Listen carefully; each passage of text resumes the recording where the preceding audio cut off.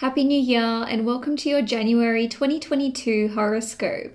My name is Cailin and today I'm going to be covering the major transits for the month ahead using tropical astrology and the whole sign system.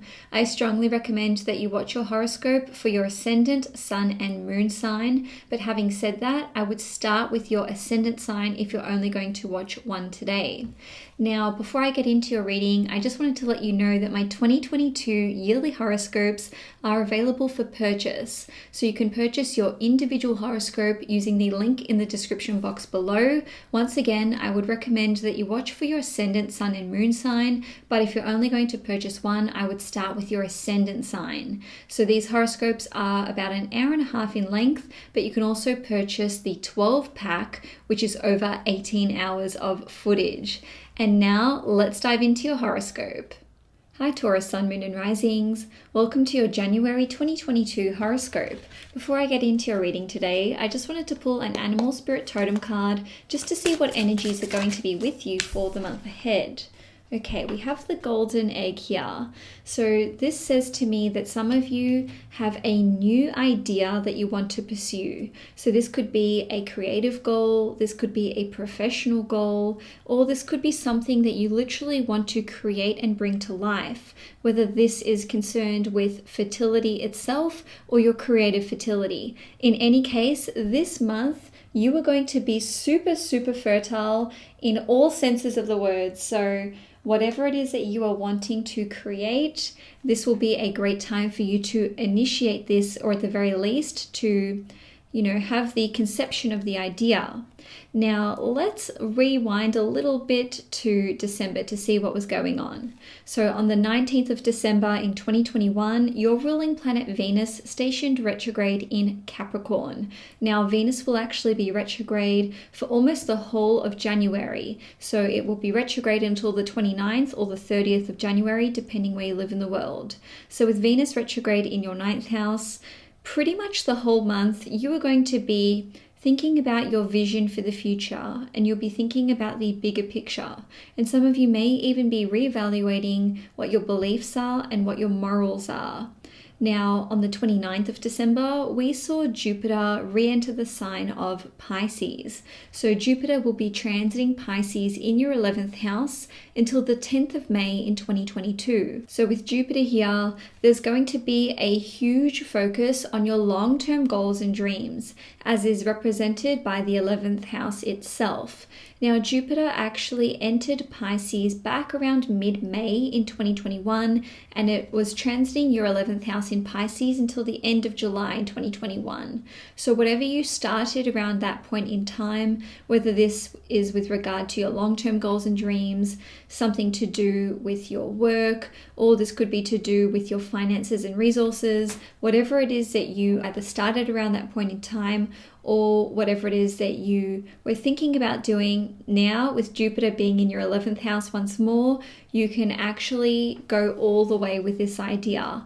And I keep seeing the little egg here, which is making me think about something that you have invested in. So this could be investing a lot of your time, or this could be investing your actual money into something back around that point in time, which once again was May, June/July in 2021. And now you're either able to reap the rewards of that investment, or you're able to take this a step further. So with Jupiter in your 11th house, this can see your long-term goals and dreams expanding. So what I mean by that is, if you had an idea for either a project that you wanted to work on, or something to do with your business or career, or the legacy that you want to leave, you may have started off small, but with Jupiter in your 11th house and expanding whatever it touches, now it's almost like you didn't scale up big enough.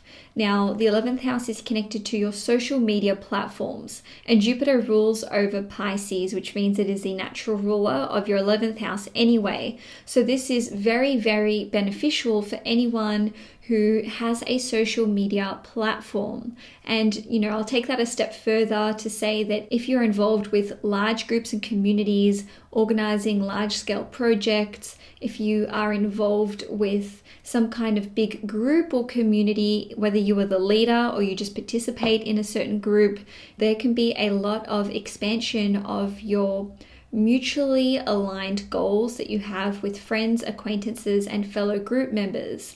Now, the 11th house is a financial house in astrology, and Jupiter rules over your 8th house as well as the 11th house. And the 8th house is also connected to finances. So this can see you experiencing some kind of financial benefit through tax returns, the government, some kind of compensation for something. This could be connected to an increase in your salary. And for some of you, you could actually be making money from people who have invested in something that you have created or in your own business or your company. Now, the 11th house is connected to friends and acquaintances. So you could be making a lot of new friends around this point in time, which once again will be for the first 4 months of the year. Now, once we get to May 10th, Jupiter will enter the sign of Aries, and it will be in Aries until the end of October, when it will retrograde back into Pisces for a couple of months, and then right before Christmas, it'll go back into Aries. So all in all, Jupiter will spend about 6 months in your 11th house. Now, this is great for you Taurians because this is making a sextile to you as a Taurus sun, moon, or rising. So you're going to be receiving a lot of help and support from people who are in your wider network. Now, on the 2nd/3rd of January, depending where you live in the world, we will see a new supermoon at 12 degrees in Capricorn in your 9th house. Now, this particular new moon will be conjunct your ruling planet, which is Venus, and Venus will be retrograde at 22 degrees at this time, and Venus will be conjunct Pluto at 25 degrees. Now, the ruler of this new moon is, of course, Saturn, and Saturn will actually be making an almost exact semi-sextile to the new moon at 12 degrees Aquarius, and we're also going to have Mercury at 0 degrees Aquarius. So the reason why I'm mentioning all these aspects is because they will give a certain flavor to this new moon and what you are likely to experience. So this new moon is taking place in your 9th house, which is connected to education, your beliefs, your sense of faith and optimism for the future. And of course, the 9th house represents your long-term vision for your own future. So what you want to see happening in the long term. Now, with this new moon being conjunct your ruling planet, which is retrograde, and also Pluto, this can see you basically revisiting some area of study that you were once pursuing or which you have wanted to pursue for a long time. And this could also be something that you had put on hold or something which was maybe even suggested to you many, many moons ago, pardon the pun, and now maybe you want to take this up. Now, the 9th house is connected to education on all levels. So on one hand, this could be you applying for a university degree or a college degree or some kind of pre-qualification studies, or this could be you looking at becoming a teacher or a mentor. Now, the 9th house is connected to teachers of all kinds. So this could be you teaching in a traditional format, but it certainly doesn't have to be, and I'm saying this because this new moon will be conjunct Pluto, and Pluto is all about regeneration and a rebirth. So we can really do something in a new way, which is maybe even a little bit taboo, or it could be quite transformative in nature. And because Pluto rules over your 7th house, which represents one-on-one relationships, you may actually receive a little push from another person to pursue this area of study or to become a teacher, or this could be to do with travel. And that is because the 9th house is connected to travel. So maybe you are looking at traveling abroad, or maybe you're looking at applying for a visa or for some kind of sponsorship program. And I'm saying this because Saturn is in your 10th house together with Mercury, and the 10th house is connected to our career and our public reputation and our vocation. Now, with the 9th house representing our world beliefs and our morals and our ethics, there really could be some kind of hard rewiring or reprogramming that is taking place around this point in time. And that is because we have Mercury involved here, which represents how we think, and it represents our communications. Mercury rules over your second house, which is Gemini. So this represents your finances and resources. And obviously we have Venus here as well. So maybe you are reevaluating or reassessing what the current status of your finances and resources looks like. Now, with Venus ruling over your sixth house, which also represents work, maybe you're going to pursue some kind of field of study which is connected to you wanting to change departments or maybe upskilling in your current line of work. On a more spiritual level, this can see many of you Taurians having some kind of spiritual awakening. And I'm saying this because we've got this conjunction with Venus, which is your ruling planet, as well as Pluto. So whenever Venus is involved with a transit, this is going to impact you on a very deep level. Now, on the 14th of January, Mercury is going to station retrograde in the sign of Aquarius in your 10th house. Now, once again, Mercury rules over your second house of finances and resources, and it also rules over your fifth house, which represents your own creative gifts and talents. So this can see you rethinking and reevaluating what you are doing for work or what you are doing in your career. Now, you may come to the conclusion that you are not being paid enough, so you may actually look at asking your boss for a raise, especially given that we have Saturn in your 10th house in Aquarius at the same time. Now, with the 10th house representing your public persona, maybe you are looking at rethinking how you present with regard to your public self. So this could be to do with how you present in the workplace or even via social media or in the online sphere.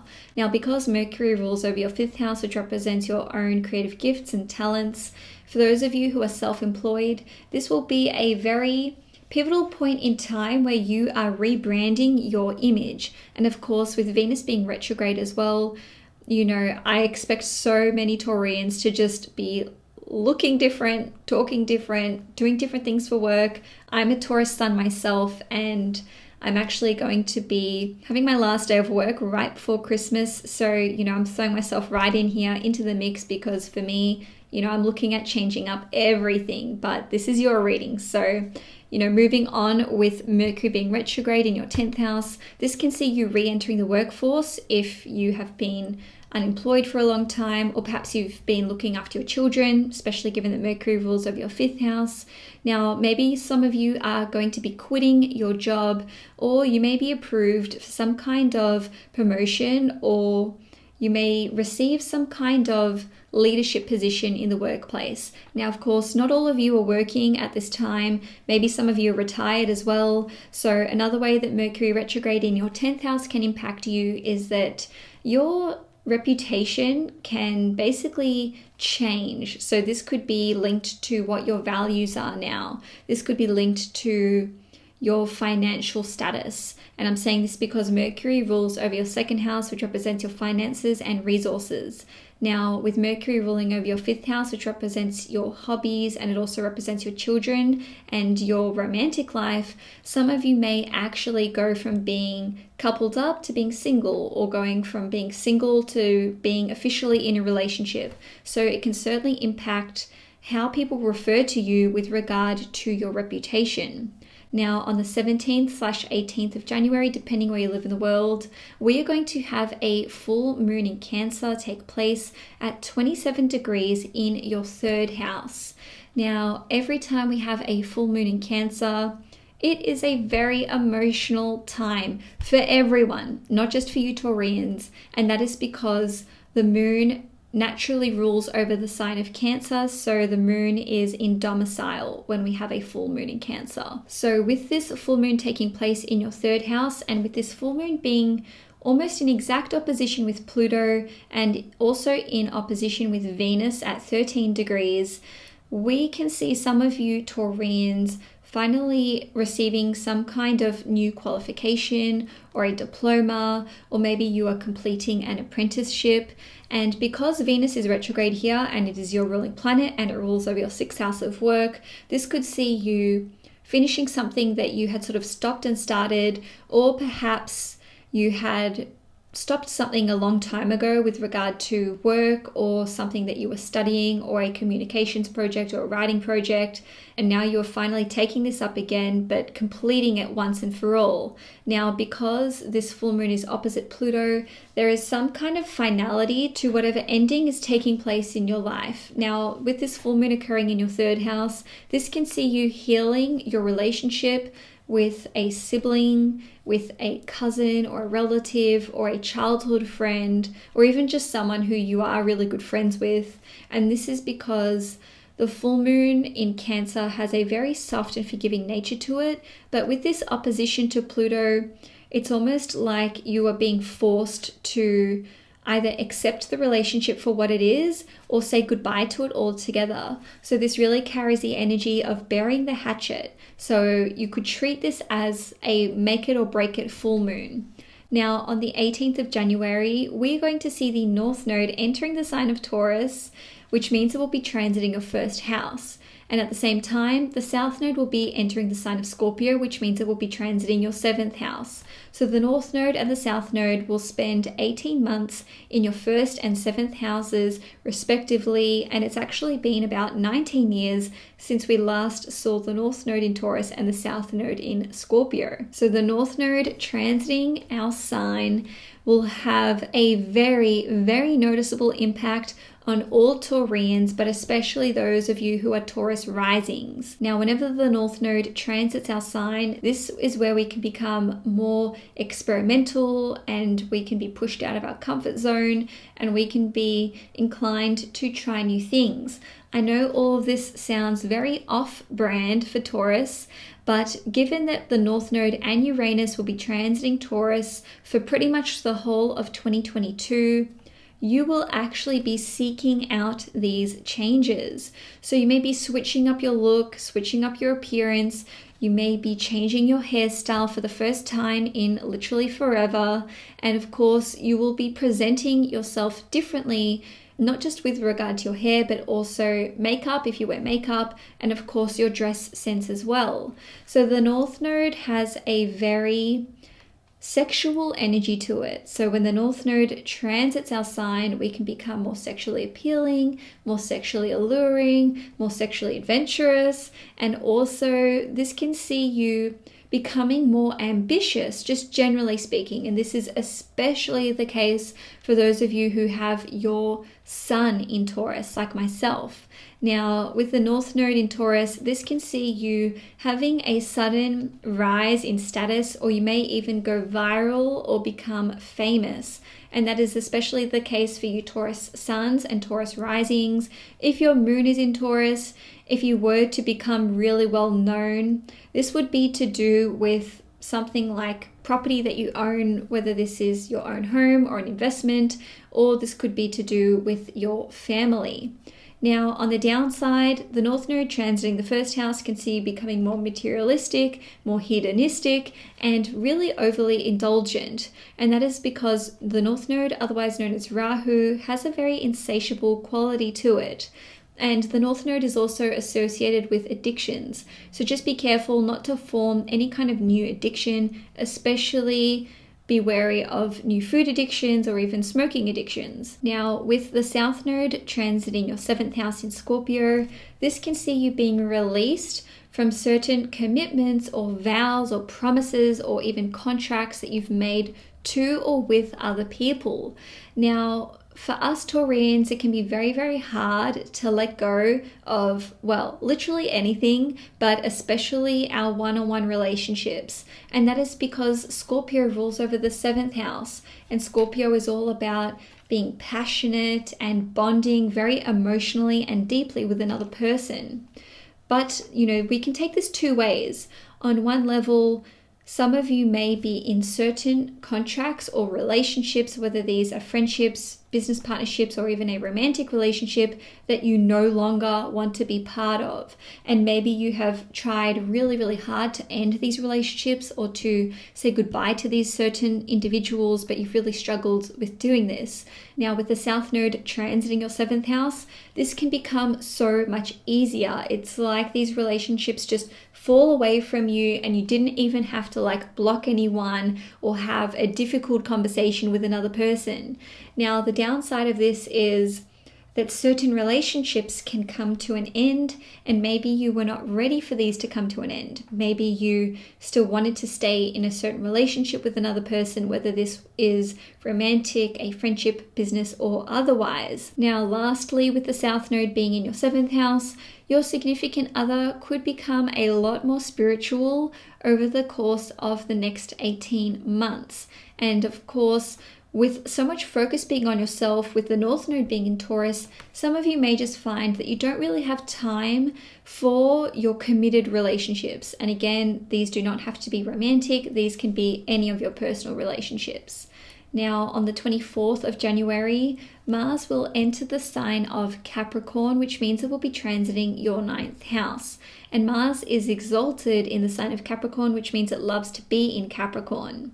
So this can see you pursuing some kind of formal education. This can see you pursuing becoming a teacher or forming a relationship with a teacher, with a mentor, or someone who you feel can guide you, whether this is spiritually or whether this is, you pursuing a relationship with someone who you want to tutor you.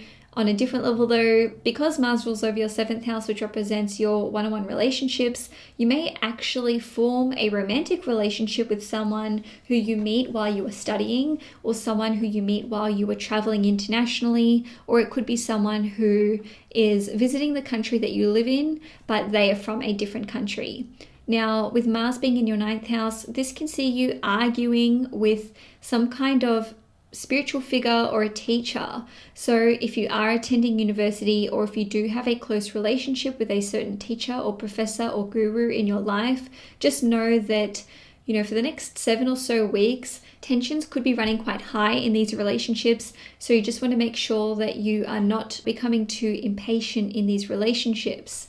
Now, on the 25th of January, Mercury will retrograde from Aquarius in your 10th house back into the sign of Capricorn in your 9th house. And of course, Venus will be retrograding Capricorn until the 29th/30th of January. So essentially what we have here is Mercury, Venus, and Mars all being in Capricorn, all in your 9th house, which means there is such an enormous focus on travel, study, what your world beliefs are, what your vision is like for your future. And some of you may very well be changing your mind about how you want to spend money when it comes to your education or when it comes to your travel plans. And of course, you may actually be changing your mind when it comes to what you want to do for work. And I'm saying this because Venus rules over your 6th house. It is your ruling planet. It is in your 9th house, and it's, sandwiched by Mars and Mercury. So really, this is going to have such a huge impact on you Taurians when it comes to you deciding what you want to do, what eggs you want to fertilize, and what seeds you want to plant for your future going forwards. And so Taurus, that's all I have for you for January 2022. If you enjoyed this horoscope, please give it a thumbs up. If you'd like to see more content on this channel, please hit the subscribe button. And don't forget, my 2022 yearly horoscopes are available for purchase. If you want to purchase yours today, you can do so by clicking on the link in the description box below. So Taurus, enjoy January 2022, and I will see you guys next time.